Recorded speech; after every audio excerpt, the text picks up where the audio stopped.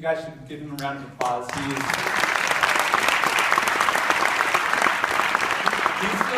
filling in for Buscemi, who also deserves to be up on the stage tonight. Buscemi's doing some of the most creative and progressive work of anyone in the building right now. But Felix, I really looked up to him and admired him when I was growing up.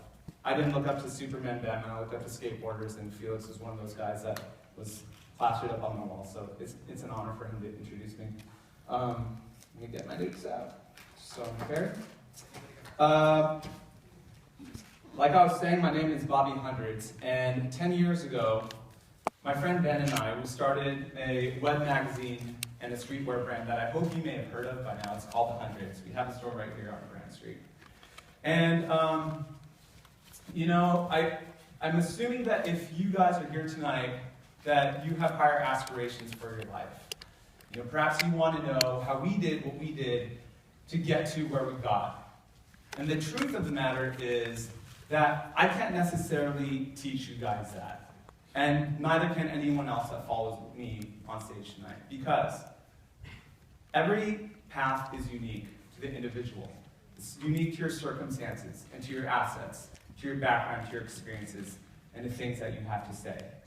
And that should be encouraging and that should be exciting for you because it's all up to you. So I look forward to seeing what you guys have to offer next.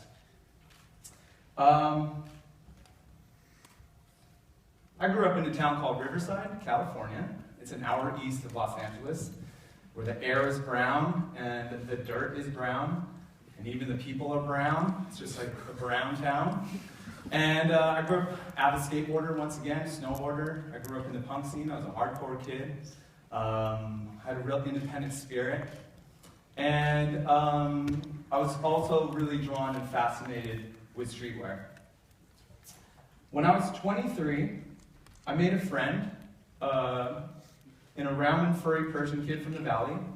His name was Ben, and we met in law school. And during this period of my life, I wanted to create a project that encompassed all of those interests and passions that I had, from art to documentary to storytelling, which is really what it was about, to photography and to writing. And he came along and he shared that vision. And that was a really important part of the equation because he took on some of that role, and he came on board. He said, you know, he had the business acumen and the salesmanship to help me get to where I wanted to go. So that's where Ben came into the picture. You know, we didn't really have much to our names. You know, we had a few $100. That's literally how much we invested in this company from the get-go for everyone who says that they don't have, you know, money as an excuse. We only had a few $100. We had a couple PC laptops. We couldn't even afford Apple laptops. We used those for the first 3 years of our business.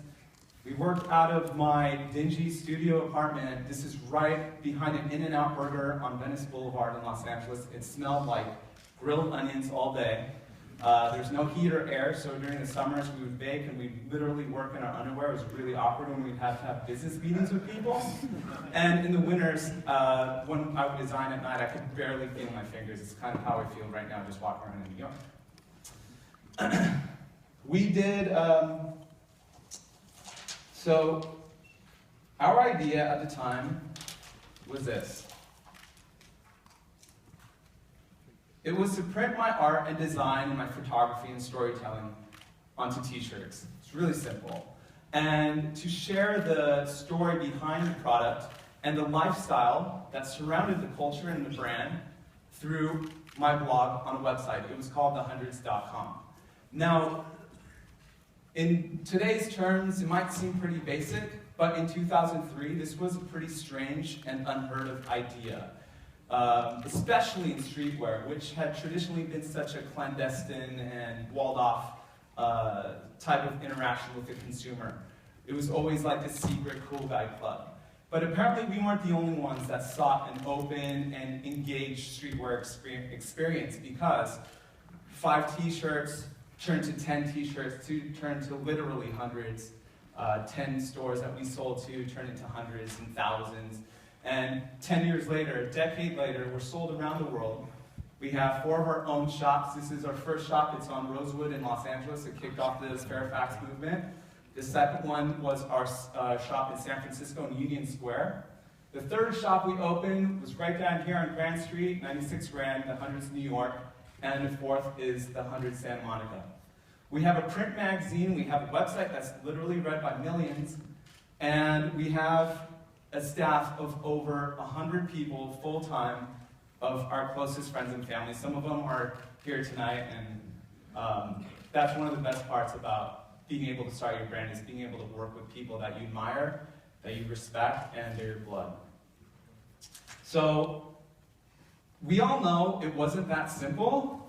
Nothing ever really is. But how did we get here? How did it all happen? I could say that it was because we had